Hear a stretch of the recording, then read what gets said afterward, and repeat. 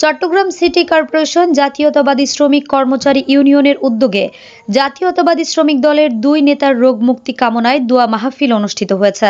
উক্ত দোয়া মাহফিলে চট্টগ্রাম বিভাগীয় জাতীয়তাবাদী শ্রমিক দলের সভাপতি আলহাজ এম নাজিম উদ্দিন ও চট্টগ্রাম মহানগর জাতীয়তাবাদী শ্রমিক দলের সভাপতি তাহের আহমদের সুস্থতা কামনা করে বিশেষ দোয়া করা হয়।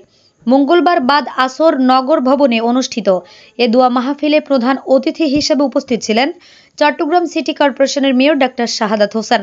বিশেষ অতিথি হিসেবে উপস্থিত ছিলেন চসিক জাতীয়তাবাদী শ্রমিক কর্মচারী ইউনিয়নের সভাপতি কাজী মোহাম্মদ আবু তৈয়ব, সিনিয়র সহ সভাপতি নাজিম উদ্দিন চৌধুরী এবং সাধারণ সম্পাদক ফয়জুল হক ফারুক। এছাড়াও সংগঠনের বিভিন্ন পর্যায়ের নেতৃবৃন্দ ও কর্মীরা অংশগ্রহণ করেন। দোয়া মাহফিলে বক্তারা বলেন, শ্রমিক নেতারা শুধু শ্রমিক সমাজের নয় বরং দেশের রাজনৈতিক অঙ্গনেও গুরুত্বপূর্ণ ভূমিকা রেখে আসতেন। তাদের দ্রুত সুস্থতা আমাদের সবার জন্য জরুরি। তারা আরও আশা প্রকাশ করেন, অসুস্থ নেতারা দ্রুত সুস্থ হয়ে ফিরে আসবেন এবং শ্রমিকদের ন্যায্য অধিকার প্রতিষ্ঠায় অগ্রণী ভূমিকা রাখবেন।